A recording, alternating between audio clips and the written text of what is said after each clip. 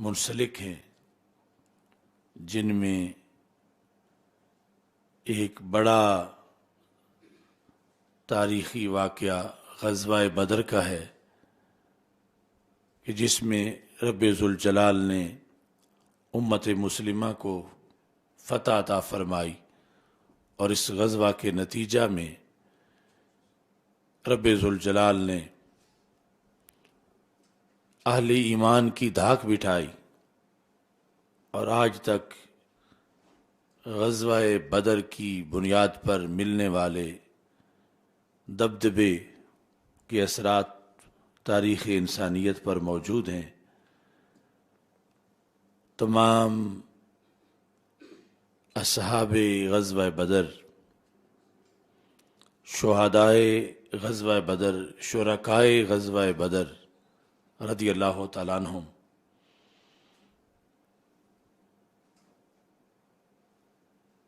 وہ نفوس قدسیہ ہیں کہ جو اس امت کے سالار ہیں،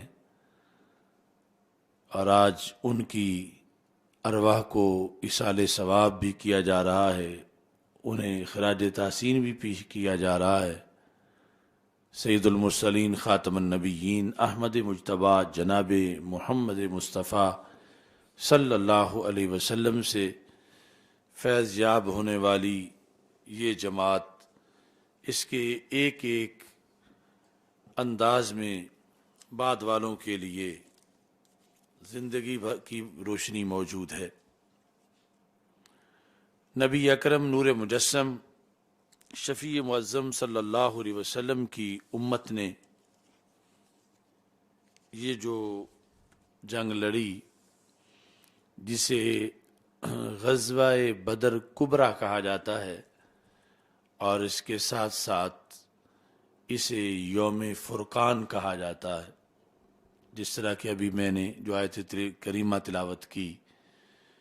اس کے اندر اس کا تذکرہ یوم فرقان کے لحاظ سے ہے۔ قرآن مجید کو بھی فرقان کہا جاتا ہے کہ قرآن مجید نے حق اور باطل کے درمیان فرق کیا،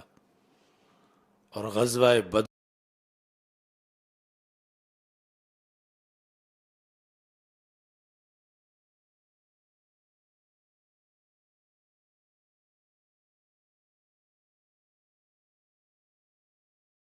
صحابہ کرام رضی اللہ تعالی عنہم نے آواز سنی، اور اس کے ساتھ ہی دیکھا کہ جو ان کے مقابلے میں کافر کھڑا تھا اس کا سر اس کے کندھوں سے جدا ہو کے گر پڑا ہے، جبکہ صحابی تو ابھی مارنے کا ارادہ کر رہے تھے۔ تو اس طرح یعنی فرشتوں کی مدد جو شامل حال ہوئی۔ اور پھر تیسرے نمبر پر رسول اکرم صلی اللہ علیہ وسلم نے اپنے مقدس ہاتھ سے جو کنکریاں پھینکی اور جو مٹی پھینکی، جس کی وجہ سے تمام کفار کی آنکھوں تک وہ مٹی پہنچی، اور اس سے بھی امت مسلمہ کو ایک حوصلہ ملا۔ چوتھے نمبر پر رب ذوالجلال نے مسلمانوں کو مقابل کی فوج کے کافر تھوڑے کر کے دکھائے۔ تقلیل المشرکین فی اعین المسلمین، یعنی حالانکہ ان کی تعداد مسلمانوں سے بڑی تھی، زیادہ تھی، اسلحہ زیادہ تھا، تیاری زیادہ تھی،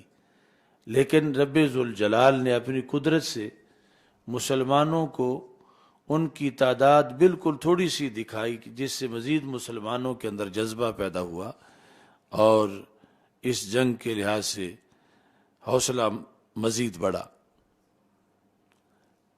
پانچویں نمبر پر رسول پاک صلی اللہ علیہ وسلم نے جنگ سے پہلے ہی کفار کے مرنے کی جگہیں متعین کر دیں۔ ھذا مصرع فلان، ھذا مصرع فلان،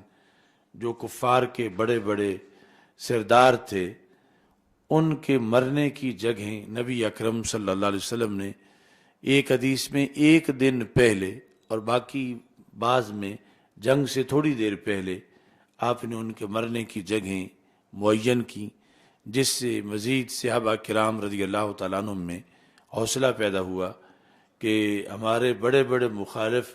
مریں گے، ضرور مریں گے اور اس جگہ مریں گے، تو اس سے بھی صحابہ کرام رضی اللہ تعالی عنہ کو تقویت ملی۔ اس کے ساتھ ساتھ نبی اکرم نور مجسم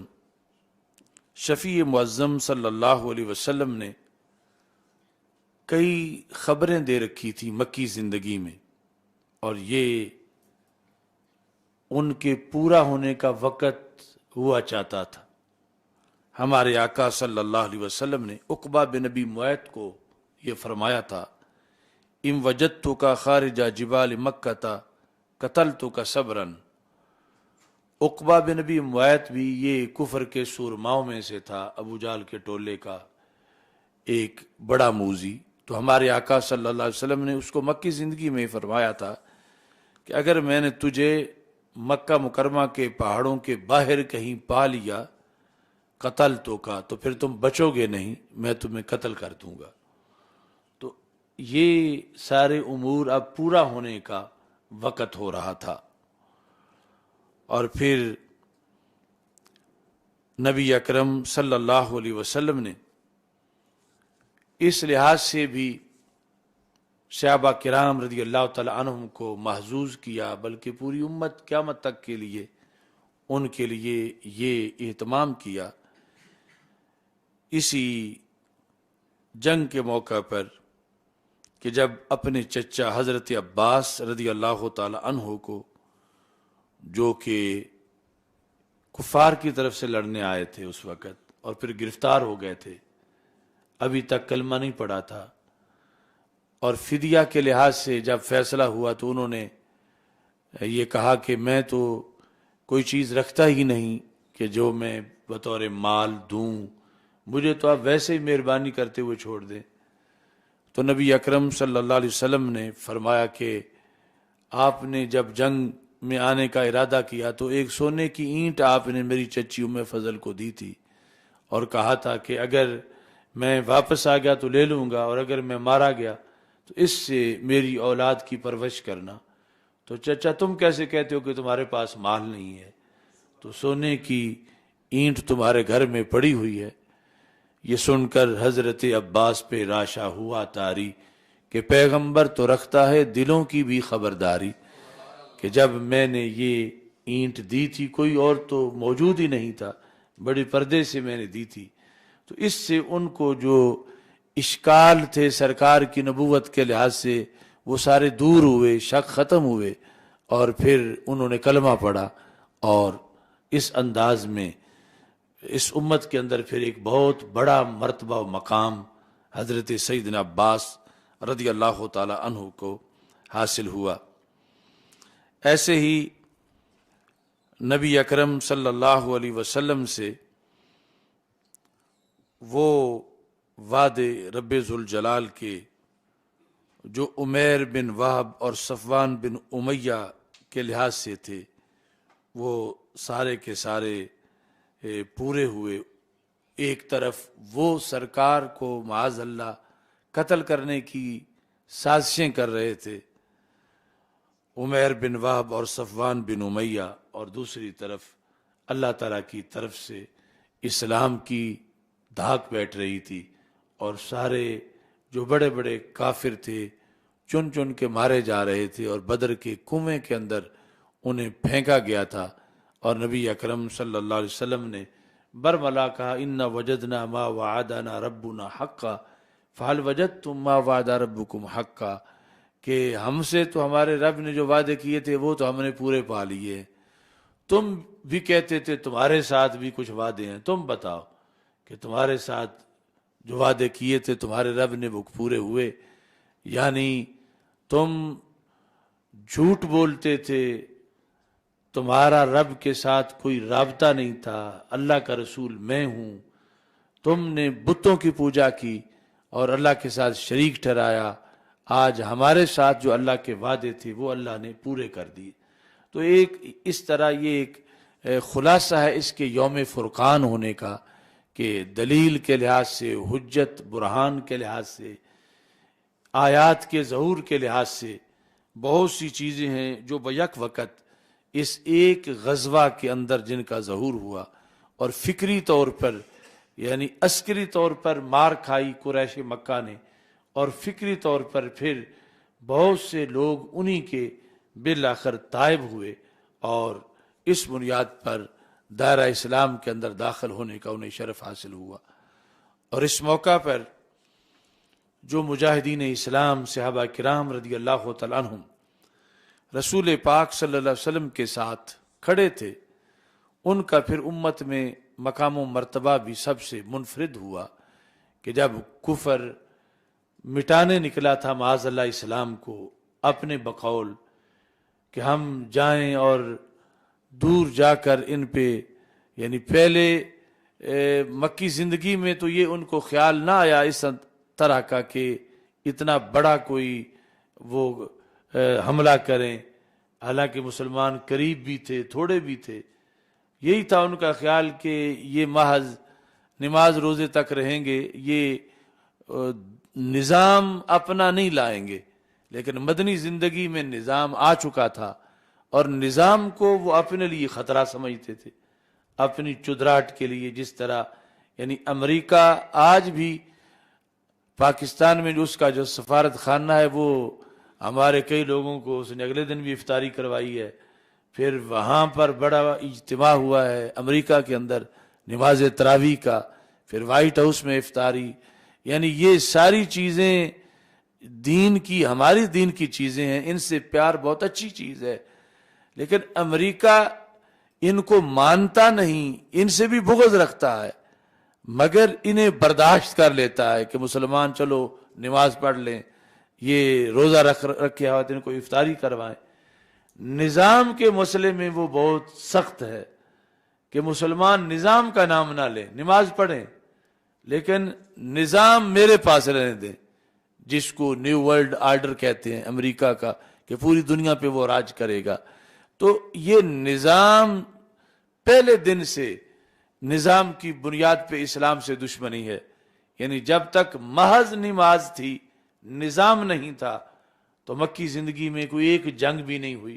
اگرچہ مخالفت قریش سے تھی، چھوٹی موٹی کوئی لڑائی ہو جاتی تھی، مگر جنگ نہیں تھی۔ جنگ اس وقت ہوئی ہے اسلام کے ساتھ پہلی جنگ کہ جب اسلام اپنا نظام لے کے آیا، یعنی نماز کی دعوت بڑی دعوت ہے، مگر یہ فرعون، نمرود، یزید، اس طرح کے لوگ اس کو برداشت کر جاتے ہیں، مگر نظام کی دعوت کو اپنی موت سمجھتے ہیں کہ مسلمانوں کا نظام جو ہے اس کی ٹکر چونکہ وہ سمجھتے ہیں کہ ان کی چدراہٹ کے ساتھ ہے۔ تو اس بنیاد پر یعنی آج کے امریکہ کا مزاج وہی ہے جو کل کے ابو جہل کا تھا،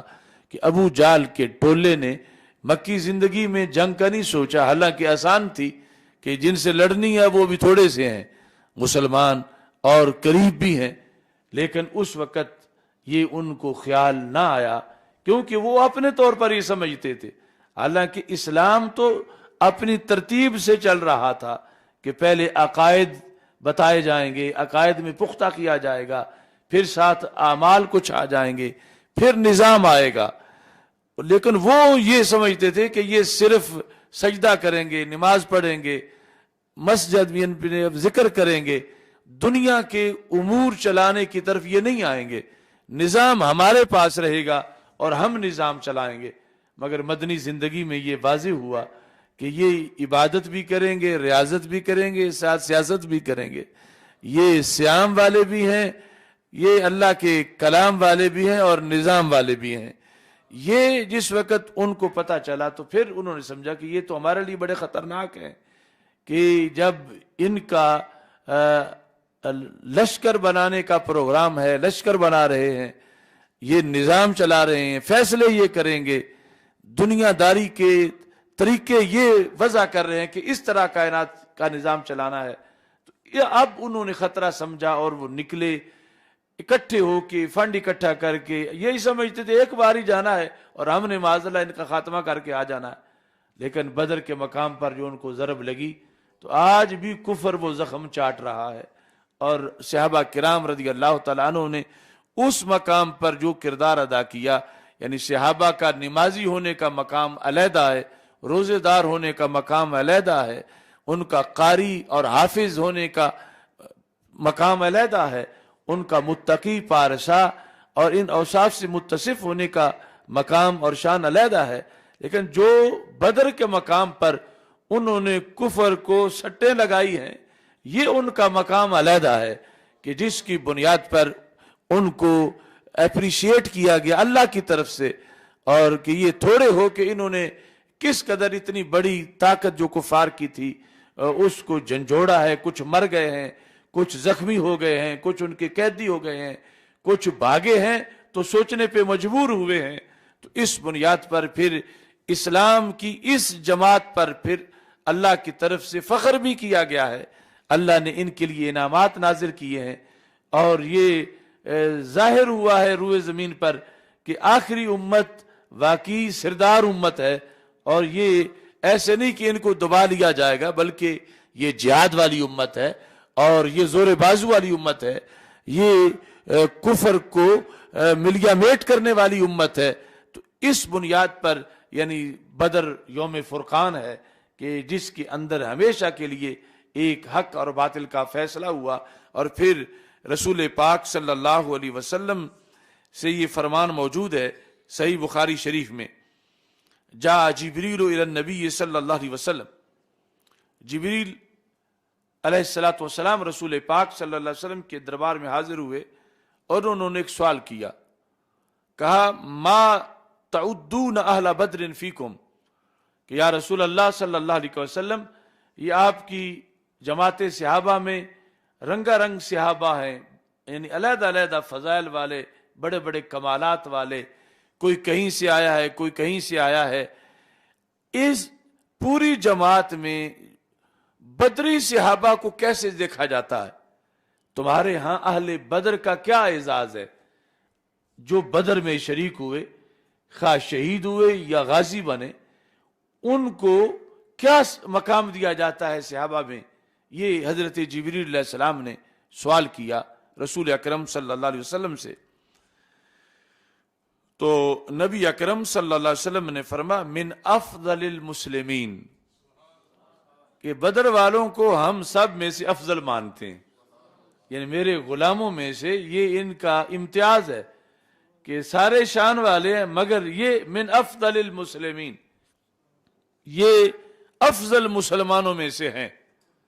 تو جبریل علیہ السلام نے کہا وَكَذَلِكَ مَنْ شَاهِدَ بَدْرًا مِنَ الْمَلَائِكَةِ، بدر نے واقعی بڑا فیض دیا ہے اور بڑی فضیلت دی ہے، جس طرح صحابہ میں سے جو بدر میں تھے آپ انہیں باقی سب سے افضل سمجھتے ہیں، ادھر آسمانوں پر جو فرشتے بدر میں آئے تھے انہیں باقی پہ افضل سمجھا جاتا ہے، یعنی ان کو بھی ایک علیحدہ شان ملی ہے اس بدر کی بنیاد پر، کہ جیسے اہل زمین بدر والے ممتاز ہیں، آسمانوں میں بھی جو بدر میں آئے تھے مسلمانوں کی مدد کے لیے وہ فرشتے بھی ممتاز ہیں۔ اس لیے ہی نبی اکرم نور مجسم شفیع معظم صلی اللہ علیہ وسلم سے یہ بڑا انوکھا فرمان مروی ہے طبرانی کے اندر، ہمارے آقا صلی اللہ علیہ وسلم نے بدر والوں کی عظمت کو بیان کرتے ہوئے یہ فرمایا کہ ان رسول اللہ صلی اللہ علیہ وسلم قال یوم بدر، خود بدر کے دن جب یہ مارکا تھا اس دن رسول پاک صلی اللہ علیہ وسلم نے فرمایا والذی نفسی بیدہ، مجھے اس اللہ کی قسم ہے جس کے قبضہ قدرت میں میری جان ہے، لو ان مولودا ولد فی فقہ 40 سنہ من اہل الدین، فرمایا ویسے تو بچہ پہلے پیدا ہوتا ہے، پھر اس کی بچپن کا زمانہ ہے، پھر آہستہ آہستہ بالغ ہوتا ہے، شعور ملتا ہے، عقل ملتی ہے، پھر اس کے یعنی اعمال صالحہ کی وجہ سے اس کے فضائل بڑھنا شروع ہو جاتے ہیں۔ یہ زمانہ پہلے بہت سا گزرتا ہے، اور پھر 40 سال کی زندگی جو بندے کی ہوتی ہے وہ اس کی عروج کا وقت ہوتا ہے، اگر وہ نیکی میں ہے تو نیکی پورے عروج پر ہوتی ہے۔ تو رسول پاک صلی اللہ علیہ وسلم نے فرمایا کہ اگر اس طرح ہو کہ کوئی بچہ ولادت کے وقت ہی اپنے نیکی کے جوبن میں 40 سالہ زندگی کے جوبن وار رکھتا ہو، ولادت کے وقت ہی اس کو اتنا تقوی، پرہیزگاری، علم، معرفت، ساری چیزیں وہ پورا 40 سالہ عروج رکھتا ہو بوقت ولادت ہی اگر کوئی بچہ، اور پھر اس کا مطلب یہ کہ اب ٹائم اس کا تو کوئی بھی تیاری میں نہیں لگا، اب اسی وقت ہی وہ اتنا عروج رکھتا ہے، پھر آگے وہ اپنے تقوی کو محفوظ بھی رکھتا ہے، اور چلتے چلتے یعمل بطاعت اللہ تعالی کلہا، ہر نیکی کرتا ہے، ہر بندگی جو دین میں ہے اس کو بجا لاتا ہے، وَيَجْتَنِبُ الْمَعَاصِي، اور جتنے بھی معاصی ہیں، معاصی اللہ کی نافرمانیاں، سب سے بچتا ہے، کلہا یجتنب المعاصی کلہا، سب معاصی سے اجتناب کرتا ہے۔ تو ایک بھرپور زندگی ہے کہ بوقت ولادت سے ہی وہ اتنا پارسا ہے، اور پھر اس کا اتنا عمل ہے کرتے کرتے الی ان یرد الی ارذل العمر، یہاں تک کہ وہ بالکل لاغر، نحیف، بوڑھا ہو جاتا ہے، یعنی اس کو اعلیٰ ترین سپیڈ ملی آغاز سے ہی، اور پھر سپیڈ ٹوٹی نہیں، وہ بھٹکا نہیں، وہ بگڑا نہیں، اسی تقوی میں پھر اس نے بڑی لمبی عمر پائی، اور پھر چلتے چلتے وہ بالآخر بوڑھا ہو گیا، اور بہت زیادہ بڑھاپے تک اس نے عمر پائی۔ اب یہ بندہ بڑے زیادہ اعمال صالحہ والا ہے کہ آغاز سے پھر اتنا لمبا زمانہ اس کو ملا، اور ہر طرح کی اس کی اندر نیکی ہے۔ سرکار فرماتے ہیں جو اس طرح کا بندہ ہے، اتنا جس کو تقوی ملے، صحابہ کو اکٹھا کر کے سرکار نے بدر والی رات فرمایا، میرے صحابہ، لم یبلغ احدکم ہذہ اللیلہ، آج کی رات جو رب تجھے دے رہا ہے وہ اس طرح کا بندہ ساری زندگی کی اتنی پرہیزگاریوں، عبادتوں، ریاضتوں سے وہ کچھ نہیں پا سکے گا جو رب نے آج ایک رات میں تمہیں عطا فرما دیا۔ یعنی یہ اس بدر کے مقام پر، جو بدر سے پہلی والی، یعنی غزوہ بدر سے جو پہلی رات تھی، اس رات کو یعنی نبی اکرم صلی اللہ علیہ وسلم نے صحابہ کو جو نوازا، کہ اب صحابہ رضی اللہ تعالیٰ عنہ ویسے تو مثلا جو ہے وہ کسی نے کلمہ پڑھا ہے عمر ہے 40 سال، کسی نے کلمہ پڑھا ہے عمر ہے 50 سال، کسی نے کلمہ پڑھا ہے عمر ہے 60 سال، تو بہت زمانہ گزر چکا ہے، اور دوسری طرف ایک بندہ جو ہے وہ پیدا ہوتے ہی، ایک تو ہے نا کہ عام بچہ مسلمانوں کے گھر اس کی بھی عظمت ہے، لیکن وہ بچہ جو پیدا ہوتے ہی 40 سالہ تقوی رکھتا ہے، اور اس طرح کی اس کی تربیت ہے، اور پھر یوں ہی جاتا ہے۔ تو رسول پاک صلی اللہ علیہ وسلم نے فرمایا کہ اس کو اپنی زندگی کی آخری سانس میں جب وہ تقوی میں رہ کے طہارت اور تقدس میں، پارسائی میں اتنی لمبی عمر گزار کے دنیا سے جا رہا ہوگا، پھر بھی اس کو اللہ کی طرف سے وہ انعام نہیں ملا ہوگا جو رب نے آج کی رات تم سب کو عطا فرما دیا۔ اور ساتھ ہی رسول اکرم صلی اللہ علیہ وسلم نے یہ بھی ارشاد فرمایا جو کہ صحیح بخاری شریف میں ہے، اور یہ بھی صرف اصحاب بدر کا تحفہ ہے، کہ نبی اکرم صلی اللہ علیہ وسلم نے فرمایا اطلع اللہ تعالی علی اہل بدر، اللہ نے اہل بدر کو جھانک کے دیکھا، یعنی یہ لغوی معنی ہے، ورنہ مراد اس سے جھانکنا نہیں خود، بلکہ کسی کو دیکھنے میں دلچسپی کا اظہار کرنا ہے۔ عام بندے کے لحاظ سے اللہ تو دل سے بھی پاک ہے، یعنی کسی کو دیکھنے کے اندر جو پیار کا کثرت سے اظہار ہے، جھانکنا یہ ہوتا ہے، یعنی ایک بندہ مثلا دیوار کی یا کوئی آگے رکاوٹ ہے کھڑا ہے، تو اب دوسری طرف والی چیز صاف نظر نہیں آ رہی اور دل کرتا ہے کہ میں اچھی طرح دیکھوں ہے کیا، تو پھر آگے اس طرح سر کر کے اس سے دوسری طرف دیکھنا، یہ ہوتا ہے کہ اس کو پھر دیکھنے کا بڑا شوق ہے اور یہ دیکھنے کا بڑا ارادہ رکھتا ہے. یہ جھانکنا نہیں یعنی یہ نہیں کہ یہ پیچھے کھڑا ہے چلو جتنا نظر آتا ہے آتا رہے، بلکہ اس کو یہ ہے کہ میں اچھی طرح دیکھوں اگرچہ مجھے آگے جانا پڑے. یہ ہے جھانکنا. تو اللہ تعالیٰ نے اہل بدر کو جھانک کے دیکھا، حالانکہ رب سے تو کوئی چھپ بھی نہیں سکتا اور جھانکنے کی حاجت ہی نہیں اور وہ محتاج ہی نہیں.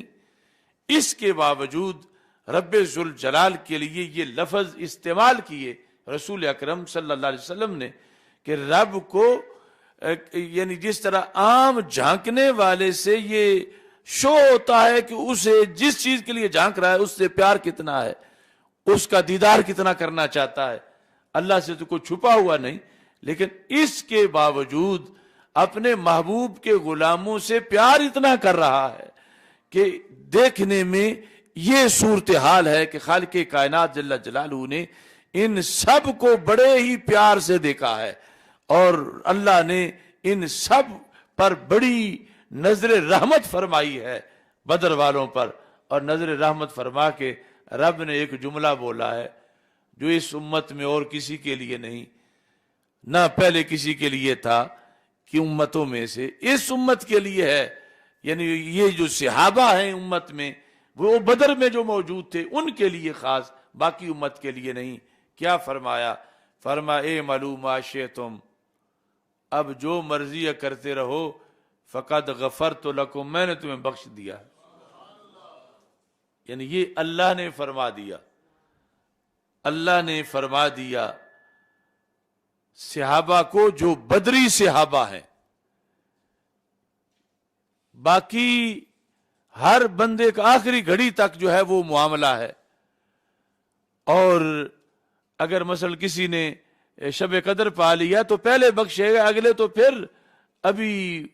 معاملہ ہوگا. ایک رمضان سے پہلے بخشے گئے، بعد والے تو پھر مسئلہ ان کا پوچھا جائے گا. لیکن ان کو بدر والوں کو یعنی یہ سرکار کے صدقے ان کی شان کتنی ہے. اللہ تعالیٰ فرماتا ہے اے ملو ما شئتم، جو چاہو کرو. یعنی یوں کس کو اللہ کی طرف سے چھٹی دی گئی ہے اور اللہ علیم بذات صدور ہے، اس کو پتا ہے کہ میرے محبوب کی شریعت کے پٹے جنہوں نے گلے میں ڈالے ہیں یہ کوئی بھی خلاف ورزی نہیں کریں گے. لیکن رب نے فرما دیا اے ملو ما شئتم. یہ ہے مقام صحابیت میں پھر مقام بدریت کہ بدری صحابہ کو اس انداز میں رب ذوالجلال نے نوازا. اے ملو ما شئتم قد غفرت لکم، میں نے تم کو بخش دیا ہے، جو چاہو تم کرو. تو یہ پھر صحابہ کے سامنے سرکار نے بیان کیا، باقی صحابہ کے سامنے کہ بدر والوں کو عام نہ سمجھنا، بدر والوں کی یہ شان ہے. بدر والوں کے لیے اللہ یہ اعلان کر چکا ہے اور اس اعلان کا پھر اہل زمین پر سرکار نے اعلان کر کے اظہار کر دیا ہے کہ بدر والوں کے ہم پلہ کوئی نہیں، بدر والوں جیسا کوئی نہیں. اب یہ سارے جو فرقے ہیں مختلف قسم کے، ان سب کے لیے ہمارا تو یہ ایمان ہے، باقی سب کو دعوت ہے کہ سوچو. یعنی ان میں سے کتنے ہیں کہ ایک طرف کے جو اپنی برابری ذات رسول صلی اللہ علیہ وسلم سے کرتے ہیں کہ ہم ان جیسے ہیں، ہم ان جیسے ہیں، ہم ان جیسے ہیں معاذ اللہ. تو یہاں تو پتہ چل رہا ہے ان میں سے کوئی بدری صحابی جیسا نہیں ہو سکتا، سرکار جیسا کیسے ہو سکتا. کوئی بندہ اگر بطور فرض 1000 سالہ عمر بھی پا لے، اتنے حج بھی کر لے، روزے بھی رکھ لے، سب کچھ کرے، پھر بھی یہ مقام تو اس کا نہیں کہ اللہ اس کو فرما رہا ہے کہ اے مل ما شئت فقد غفرت لک، اب مرضی جو مرضی ہے کر لے.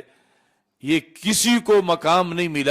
ملا ہے تو سرکار کے سرکار کے صحابہ جو بدری صحابہ ہیں ان کو ملا ہے. تو جب ریاضت بندگی کر کے عمر حج کر کے کوئی کسی ایک بدری صحابی کی ہم پلہ نہیں ہو سکتا، تو بدری صحاب کے نبی سرکار دو عالم صلی اللہ علیہ وسلم کی ہم پلہ کیسے ہو سکتا. اور دوسری طرف جو رفض والا گروہ ہے ان کے لیے بھی یہ ہے کہ جنہوں نے معاذ اللہ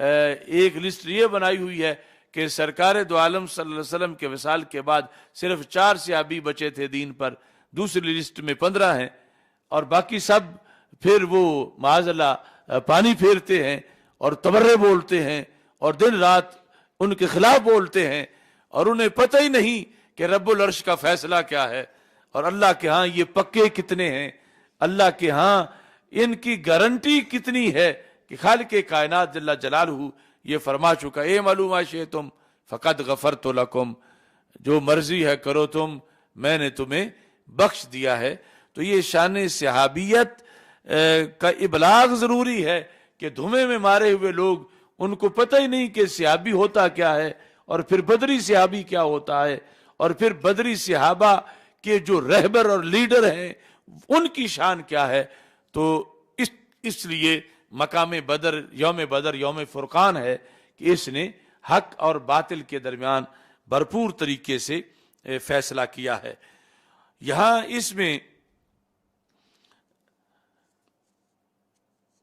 صحابہ کرام رضی اللہ تعالی عنہم کے لحاظ سے جو رسول پاک صلی اللہ علیہ وسلم نے بدر کے موقع پر مختلف امور کو واضح کیا، اسی لحاظ سے چند وہ باتیں بھی عرض کرنا چاہتا ہوں کہ جتنے مشکل وقت میں سرکار دو عالم صلی اللہ علیہ وسلم کی صحبت کسی کو ملی اتنا زیادہ نوازا گیا۔ یعنی ویسے شرف تو یہ بھی بڑا ہے کہ نارمل حالات ہوں، مدینہ منورہ میں سرکار دو عالم صلی اللہ علیہ وسلم تشریف فرما ہوں، کوئی جنگ کا موقع نہ ہو، اور کوئی بندہ آئے اور کلمہ پڑھ لے تو اس کی قسمت کا بھی مقابلہ کون کر سکتا ہے؟ یعنی غیر صحابی جو ولیوں کے ولی ہوں وہ اپنی زندگی کی آخری لمحے بھی وہ مقام نہیں پا سکتے جو اس کلمہ پڑھنے والے نے پہلی گھڑی میں پا لیا ہے۔ لیکن پھر جس وقت مشکل مقامات پر انہوں نے ساتھ دیا، جو جتنا بڑے مشکل مقام پہ ساتھ رہا اتنا زیادہ نوازا گیا۔ یعنی حضرت صدیق اکبر رضی اللہ تعالی عنہ کے جو مقامات ہیں ان میں اولیت برتری کی جو وجوہات ہیں اس میں یہ بھی ہے کہ جب انہوں نے اسلام قبول کیا اور بڑی عمر میں ہونے کی وجہ سے جو پھر مخالفین کے سامنے ڈٹ کے کھڑے ہو گئے،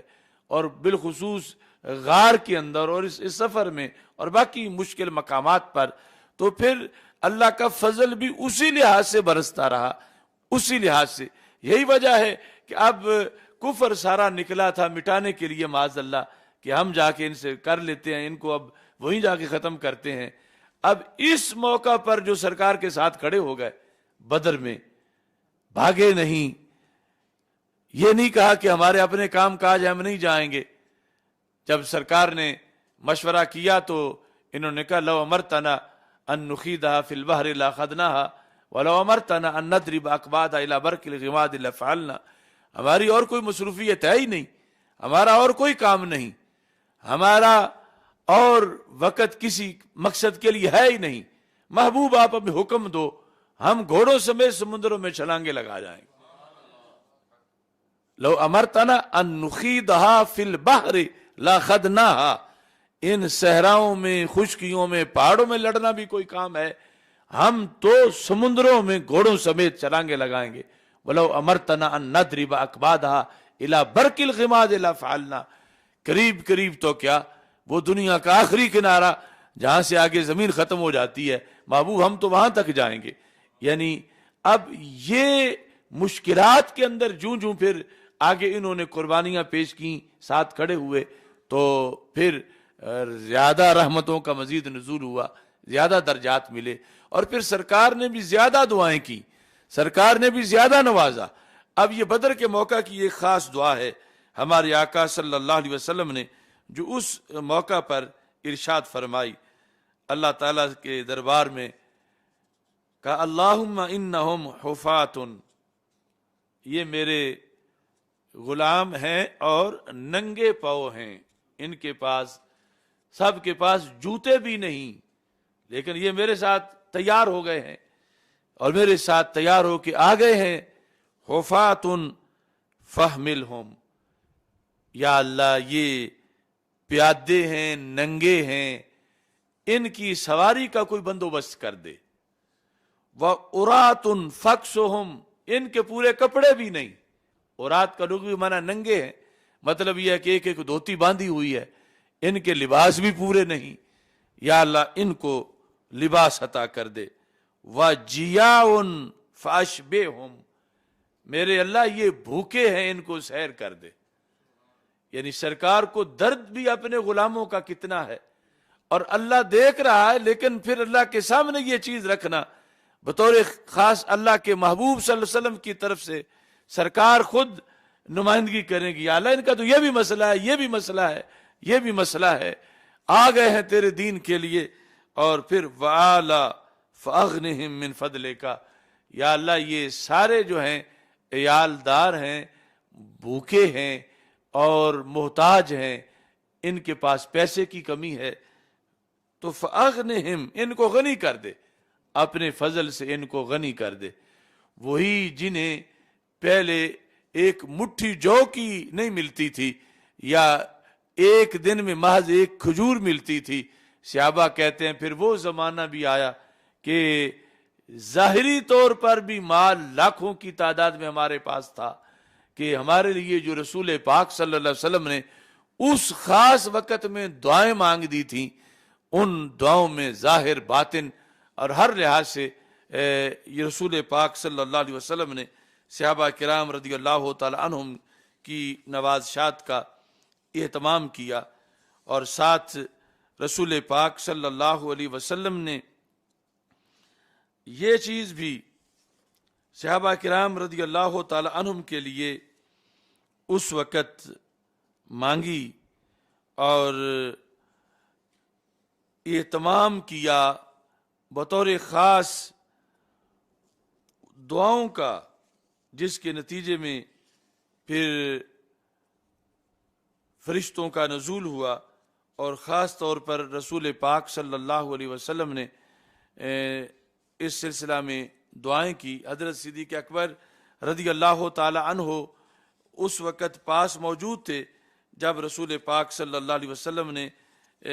کئی الفاظ ہیں ان دعاؤں کے لحاظ سے کہ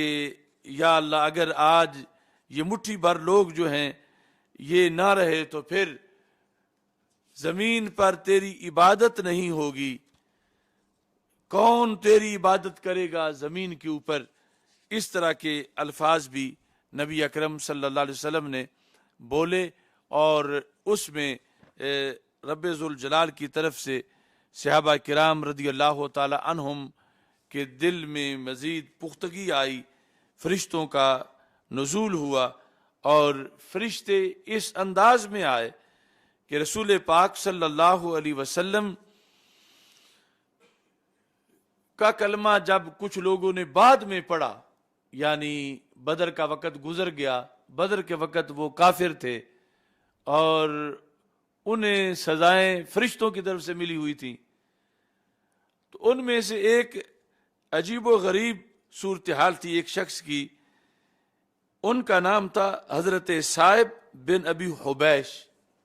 صائب سین کے ساتھ۔ یہ بدر میں کفار کی طرف سے لڑنے آئے ہوئے تھے اور بدر میں گرفتار ہو گئے تھے، قیدی ہو گئے تھے۔ یہ بتایا کرتے تھے، کہتے واللہ ما اسرنی احد من الناس، مجھے کسی انسان نے قیدی نہیں بنایا، کسی بندے نے مجھے نہیں پکڑا، میں کیسے قیدی بنا ہوں؟ فَيُقَالُ فَمَن، تو ان سے پھر کہا جاتا تھا اگر کسی صحابی نے تمہیں نہیں پکڑا تو تم کیسے اپنے آپ رسیوں میں باندھتے رہے ہو اپنے آپ کو، تمہیں کس نے باندھا، تم کیسے پکڑے گئے؟ تو کہنے لگے لما ان ہزمت قریش ان ہزمت معہا، کہ جب قریش کو شکست ہوئی اور جو مر گئے، جو زخمی تھے زخمی، بھاگنے والے جو بھاگ رہے تھے میں بھی ان میں تھا، ان ہزمت فَيُدْرِكُنِي رَجُلٌ أَبْيَضُ طَوِيلٌ، میں جب واپس بھاگ رہا تھا قریش کے ساتھ مکہ مکرمہ کی طرف، تو پیچھے سے مجھے ایک بندے نے آ کے پکڑ لیا. رنگ اس کا سفید تھا، بڑا لمبا اس کا قد تھا، اور گھوڑے پہ بیٹھا تھا، مگر گھوڑا اس کا زمین پہ نہیں چل رہا تھا. بین السماء والارض، وہ زمین و آسمان کے درمیان اس کا گھوڑا جو تھا، ایسے گھوڑے پہ وہ بیٹھا تھا. فَأَوْسَكَنِي رِبَاطًا، اس نے مجھے پکڑ کے میری جو دونوں بازو پیچھے میرے باندھے، اور اس طرح میری ٹانگیں اس نے باندھی، اور یوں مجھے جکڑ دیا اور قیدی بنا دیا. تو جانی عبد الرحمن بن عوف فوجدنی مربوطا، تو حضرت عبد الرحمن بن عوف آئے.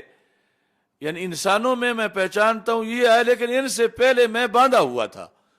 اس بندے نے مجھے باندھ دیا تھا جو سفید رنگ والا، لمبے قد والا، اور اس گھوڑے پر تھا جو زمین و آسمان کے درمیان تھا. فنادى فی العسکر من اسر ھذا، تو جب حضرت عبد الرحمن بن عوف رضی اللہ تعالیٰ عنہ آئے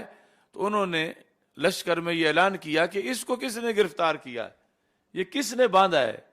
اس کی مشکیں کس نے باندھی ہیں. انہوں نے اعلان کیا فلیس احد یزعم انہ اسرنی، تو صحابہ میں سے کسی نے بھی جواب نہ دیا کہ اسے ہم نے باندھا ہے. صحابہ میں سے کسی نے مجھے نہیں پکڑا، نہ گرفتار کیا، بلکہ مجھے اس بندے نے باندھا تھا. تو کہتے ہیں کہ اسی طرح ہی پھر وہ گرفتاری تو مجھے وہ ڈال گیا تھا. اب اس حالت میں مجھے صحابہ نے پکڑ کے سرکار کے دربار میں پیش کیا. ہے ابھی کافر، نام ہے صائب بن ابی حبیش. کہتے ہیں حتی انتہا بی الی رسول اللہ صلی اللہ علیہ وسلم فقال یا ابن ابی حبیش من اسرک، جب سرکار کے سامنے مجھے رکھا گیا تو آپ نے فرمایا تجھے کس نے، اے صائب بن ابی حبیش تجھے کس نے یہ باندھا ہے؟ فقلت لا اعرفہ، تو میں نے کہا میں نام سے تو نہیں جانتا. میں نے نام بھی نہیں بتایا، اور کہتے ہیں وَكَرِهْتُ أَنْ أُخْبِرَهُ بِالَّذِي رَأَيْتُ، چونکہ اس وقت تک میرا بھی کلمہ پڑھنے کا کوئی موڈ نہیں تھا. تو میں نے کہا کہ اگر میں ان کو یہ بتاؤں کہ تمہاری فوج میں تو ایسے بندے بھی تھے تو یہ تو مزید دلیر ہو جائیں گے کہ ایک ایسا بندہ تھا، اتنا لمبا قد تھا اور اتنا خوبصورت تھا، اور گھوڑا اس کا جو ہے وہ زمین و آسمان کے درمیان تھا، اور مجھے اس نے پکڑا ہے. تو کہتے ہیں وَكَرِهْتُ أَنْ أُخْبِرَهُ بِالَّذِي رَأَيْتُ، جو کچھ میں نے منظر دیکھا تھا میں بتانا بھی نہیں چاہتا تھا، اور اب میں قیدی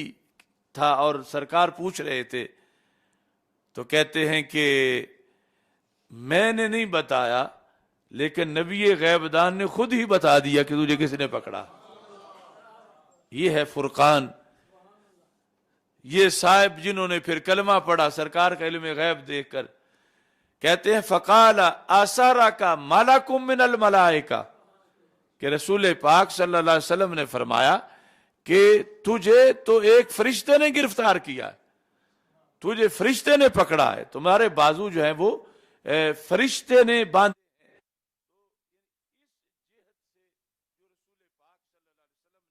مدد کی دعائیں مانگی تھی اور اس کے بعد مدد آئی تھی، اور یہ بھی پھر فرقان ہے. اور یہ بھی یعنی مسلک اہل سنت کے لیے قدم قدم پر آیات ہیں کہ باقی تو یہ ہے کہ ان کو کوئی کہتا ہے معاذ اللہ کل کی خبر نہیں، دیوار کے پیچھے کی خبر نہیں، لیکن یہاں مشرک کلمہ اس لیے پڑھ رہا ہے کہ اسے یہ سن کے حیرانگی ہوئی ہے کہ یہ تو پاس نہیں تھے، انہیں کس نے بتا دیا ہے. تو پتہ چلا کہ سب کچھ تو ان کی قیادت میں ہو رہا تھا، اور پھر فرشتے یوں آ کے خدمت کر رہے تھے. تو امام دمشقی نے سبل الہدی والرشاد کے صفحہ نمبر 41 پر اس کا ذکر کیا ہے. اور پھر یہ فرشتے سب کچھ کر کے، یہ نہیں کہ کوئی احسان کر رہے تھے کہ آئے ہیں ہم تجھے اور اب جا رہے ہیں. اس پر بھی بڑا خوبصورت حوالہ ہے طبقات ابن سعد میں کہ لما فرغ رسول اللہ صلی اللہ علیہ وسلم من قتال بدر، جب بدر کی لڑائی سے نبی اکرم صلی اللہ علیہ وسلم فارغ ہوئے تو جا جبریل علی فرس انس احمر، جبریل علیہ السلام آ گئے اور گھوڑی پہ بیٹھے ہوئے تھے، اور گھوڑی کا رنگ سرخ تھا، یعنی گھوڑی پہ انسا علیہ درع، تو جبریل علیہ السلام نے بھی زرہ پہنی ہوئی تھی، وماہ رمح، اور جبریل نے ہاتھ میں نیزہ پکڑا ہوا تھا۔ جبریل جیسا پاورفل فرشتہ اسلحے کے بغیر نہیں مانا، اب جو نیزہ بھی پکڑا ہوا ہے اور زرہ بھی پہنی ہوئی ہے۔ اچھا جی، فقال یا محمد صلی اللہ علیہ وسلم ان اللہ باسانی الیک، اللہ نے آج بھیجا تھا آپ کے پاس ہمیں، وَأَمَرَنِي اللہ أُفَارِقَكَ حَتَّى تَرْضَى، اور رب نے کہا تھا جبریل محبوب سے اس وقت تک واپس نہیں آنا جب تک کہ محبوب راضی نہ ہو جائے۔ امرنی، رب نے مجھے حکم دیا تھا اللہ افارقہ، کہ میں آپ سے جدائی اختیار نہیں کروں گا، کب تک؟ حتی ترضا، یہاں تک کہ آپ راضی ہو جائیں۔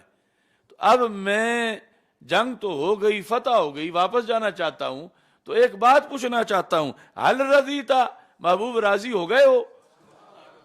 حل رضیتا، کیا آپ راضی ہو گئے ہو؟ چونکہ اللہ نے فرمایا تھا کہ راضی کر کے آنا ہے۔ تو قال نعم، تو رسول پاک صلی اللہ علیہ وسلم نے فرمایا رضیتو، ہاں میں راضی ہو گیا ہوں۔ فانصرفا، تو اس طرح پھر یعنی جبریل علیہ السلام جو ہیں وہ اجازت لے کر پھر واپس گئے۔ تو یہ فرقان ہے، یعنی جس میں بہت سی چیزوں کا اظہار ہوا، صحابہ کی وفاؤں کا،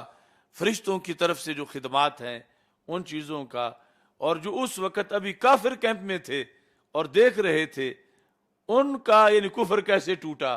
اور وہ آئے۔ تو یہ ایک ہمہ جہت فتوحات ہیں غزوہ بدر کی، کہ جس میں نبی اکرم نور مجسم شفیع معظم صلی اللہ علیہ وسلم نے ایک ایک چیز اس وقت بیان کی، اور پھر صحابہ کرام رضی اللہ تعالی عنہم نے امت مسلمہ کے لحاظ سے یہ چیزیں ساری اکٹھی کر کے پھر آگے پہنچائیں، تاکہ جب تک امت جو ہے وہ موجود رہے ان چیزوں سے وہ روشنی حاصل کریں، اور ان کے ذریعے سے پھر آگے یہ دین اسلام کی دھاک ہمیشہ کے لیے بیٹھی رہے۔ اب ہر بات کے اندر کچھ تو ایک اس کا پہلو ہوتا ہے کہ جو ہوا اس کو بیان کیا جائے، پھر یہ ہوتا ہے کہ اس پر کچھ سوالات ذہنوں میں آتے ہیں، تو ان سوالات کے لحاظ سے پھر کچھ تھوڑی سی گفتگو کرنی پڑتی ہے۔ اب یہاں پر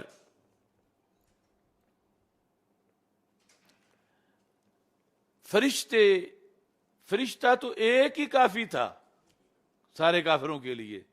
اور یہاں ہزاروں آئے، اور پھر فرشتہ تو اپنے پر سے تھوڑا سا کسی کو ٹچ کر دے مخالف کو، یہی کافی تھا، تو یہاں نیزے لے کے پھر رہے تھے۔ اس مقام پر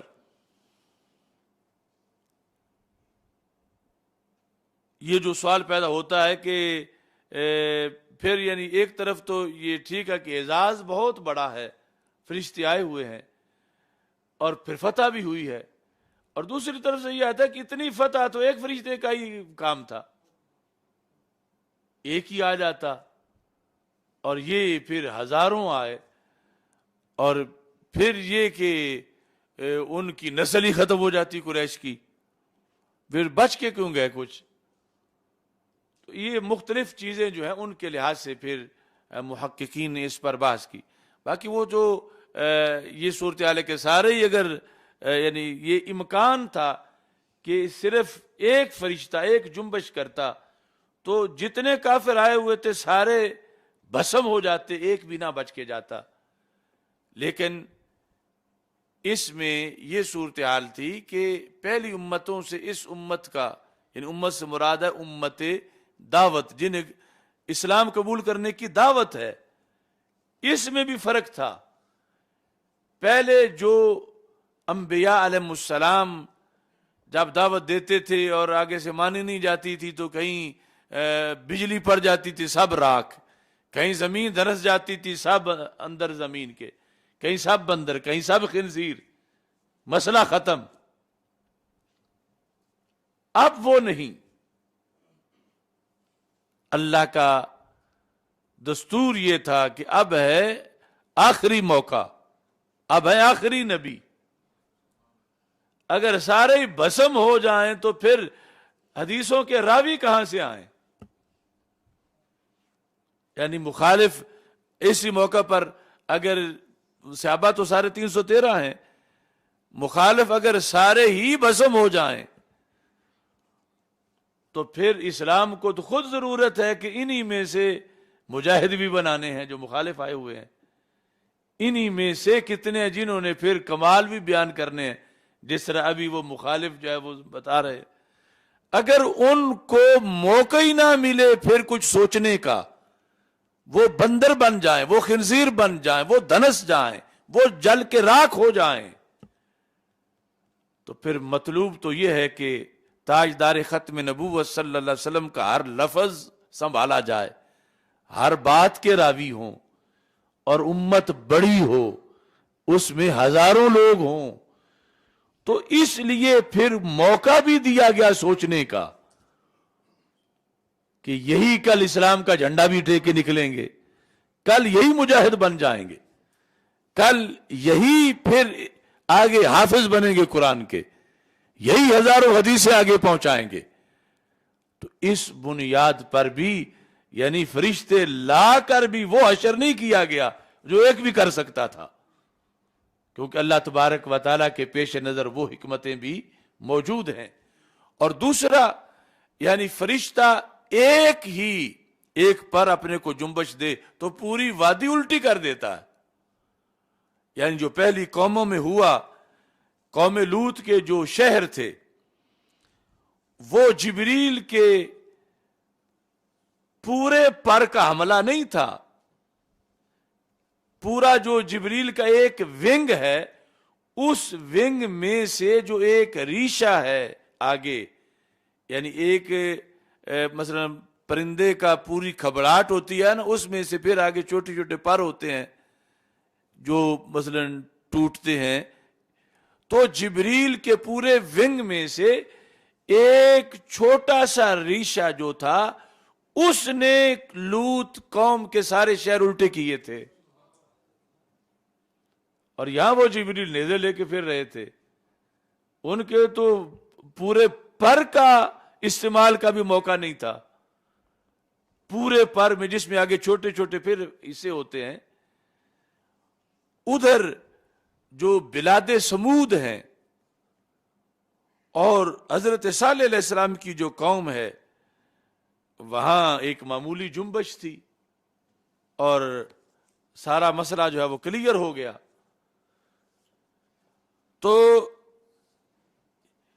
یہ یہاں پھر ہزاروں ہیں، 3000 5000. تو اس پر پھر محققین نے لکھا کہ کثرت جو تھی وہ تو یہ ظاہر کرنے کے لیے تھی کہ آخر محبوب نے مانگا ہے تو ایک کو بھیجنا ہے، ہم ہزاروں بھیجیں گے. کہ نبیوں پر جو آپ کی افضلیت ہے اس کا تقاضا تھا،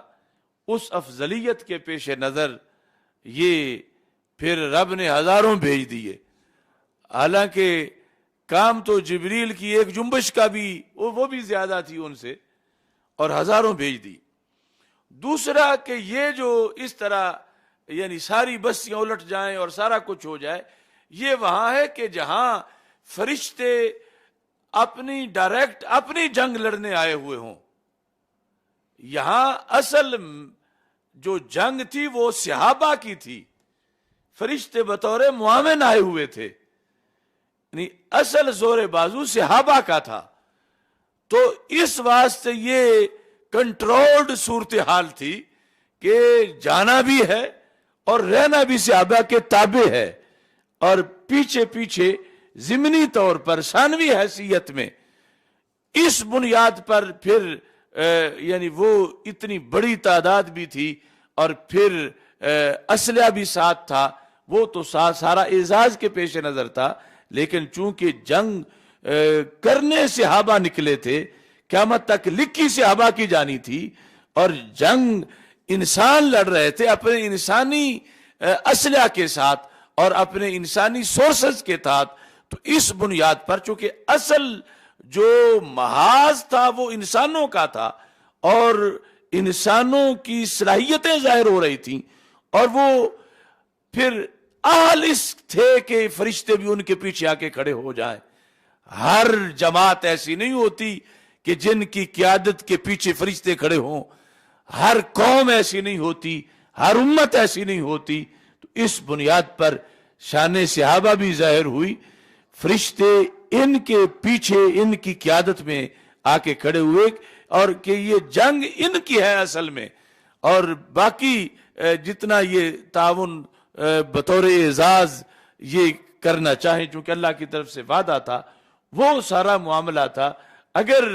آمنا سامنا ڈائریکٹ فرشتوں کا اور ابو جہل کا ٹولہ ان کا ہوتا تو پھر وہ صورتحال ہوتی کہ جس کے اندر پھر بستیاں الٹ دی جاتی ہیں اور سارے معاملات ہوتے ہیں، لیکن یہاں خیر امت کی قیادت کو ظاہر کرنا مقصد تھا، خیر امت کا جو وصف جہاد ہے اس کو ظاہر کرنا مقصد تھا، اور خیر امت کی یہ جو قابلیت ہے کہ ایسی بھی امت ہو سکتی ہے کہ جن کے سپاہی بننے کے لیے فرشتوں کو بھی شوق ہو اور وہ آ کے کھڑے ہو جائیں، تو اس بنیاد پر یعنی یہ ساری چیزیں تھیں پیش نظر، جس میں رسول پاک صلی اللہ علیہ وسلم کی افضلیت اور پھر اس امت کی افضلیت، یہ چیزیں موجود تھیں، اور پھر اس میں ثانوی طور پر فرشتے جو ہیں وہ اپنی طرف سے اپنا حصہ ڈال رہے تھے، ورنہ محض ایک فرشتہ اور اس کی ایک جنبش ان سب کے لیے کافی ہے۔ بلکہ پھر فرشتے کی بھی کیا ضرورت ہے؟ اگر ویسے ہی ان کا کباڑہ کرنا ہوتا تو قریش مکہ کو رب گھروں میں ہی مار دیتا، وہیں وہ چل ہی نہ سکتے، وہ آ ہی نہ سکتے، یا آ جاتے تو آگے اٹھ ہی نہ سکتے۔ لیکن یہ اللہ کی قدرتیں ہیں، حکمتیں ہیں، اس نے کئی چیزوں کو واضح کرنا تھا قیامت تک کے لیے۔ تو اس طرح یعنی غزوہ بدر کے اندر صحابہ کرام رضی اللہ تعالی عنہم کے یہ مختلف فضائل اور مناقب بھی سامنے آئے، اور پھر ضمناً اس پر اپنی بات کو ختم کرتا ہوں کہ جب رسول پاک صلی اللہ علیہ وسلم دعا مانگ رہے تھے جنگ سے پہلے، اور دعا کے اندر پاک محبوب صلی اللہ علیہ وسلم اتنا ہاتھ آگے بڑھا کے رو کے مانگ رہے تھے، یہاں تک کہ چادر مبارک کندھے سے نیچے ہوئی، اور حضرت ابوبکر صدیق رضی اللہ تعالیٰ عنہ ساتھ بیٹھے ہوئے تھے، تو کہا کہ یا رسول اللہ صلی اللہ علیہ وسلم آپ بس کر دیں، آپ نے حق ادا کر دیا ہے۔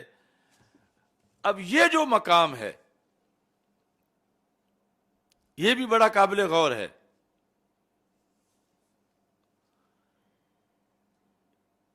اور یہاں بھی کئی لوگ بھٹکے ہیں ماضی میں، مثلا بظاہر کیا ہے کہ حضرت صدیق اکبر رضی اللہ تعالی عنہ کو تو یقین ہو گیا ہے مدد کا، اور سرکار کو بھی نہیں ہوا، سرکار ابھی مانگ رہے ہیں،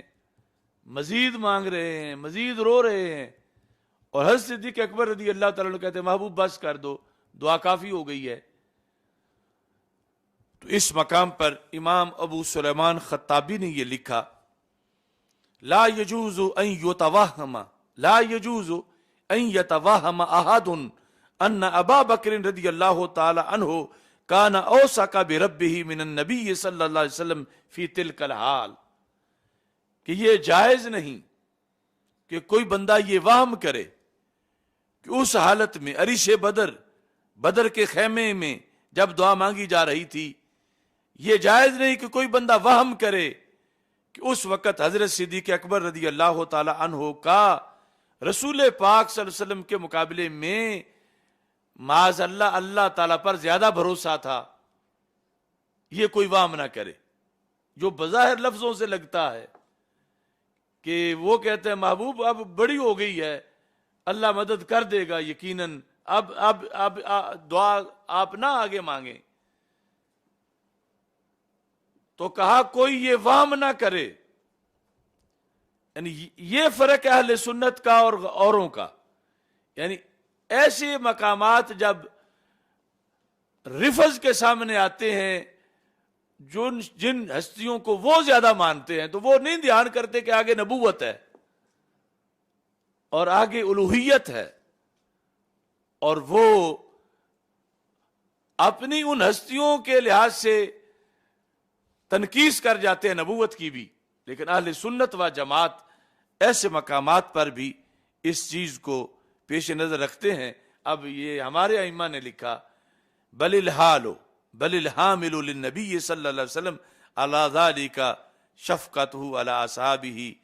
وتقویۃ قلوبہم، کہا یہاں بھی اگلا نمبر سرکار کا ہی ہے۔ کیوں؟ کہا حضرت صدیق اکبر رضی اللہ تعالی عنہ کو بڑا پیار ہے صحابہ سے، بڑا پیار ہے دین سے، بڑا پیار ہے حق سے، مگر پھر بھی وہ تو نہیں جو سرکار کو ہے۔ سرکار کا پھر بھی دعا مانگتے جانا، پھر بھی دعا مانگتے جانا، یہ اس بات کی دلیل ہے کہ حضرت صدیق اکبر رضی اللہ تعالی عنہ کو جو اس ماحول سے شفقت تھی یا صحابہ سے شفقت تھی، اس سے کہیں زیادہ سرکار کو شفقت تھی کہ حضرت صدیق اکبر تو سمجھ رہے تھے کافی ہو گئی ہے بات،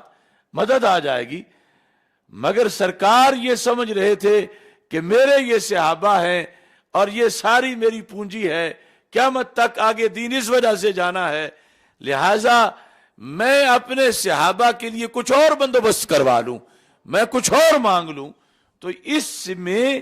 اس مقام کو یوں سمجھنا چاہیے کہ سرکار دو عالم صلی اللہ علیہ وسلم کی شفقت کا سمندر بحر بے قرار ہے کہ سب کچھ ہو بھی چکا تھا، اطمینان آ بھی چکا تھا حضرت صدیق اکبر رضی اللہ تعالیٰ عنہ کو، لیکن سرکار پھر بھی شفقت پر مائل تھے،